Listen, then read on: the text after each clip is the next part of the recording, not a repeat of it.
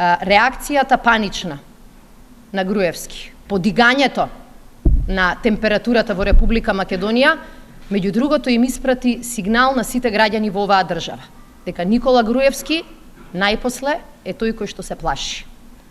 Погледнете што се случува денеска, вчера, претходните денови и сеќе ви стане јасно.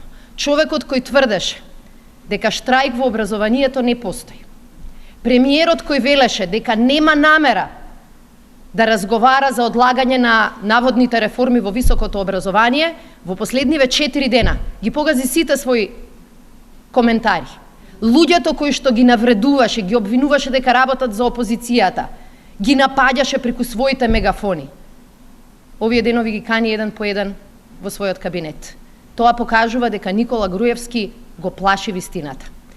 И тоа покажува дека оваа стратегија со сите нејзини плусеви и минуси и ризици вродува со плод. Што би рекол еден од луѓето кои што коментираат овие денови, уште не се објавени доказите, а јавноста гледа дека многу што има премиерот да скрие.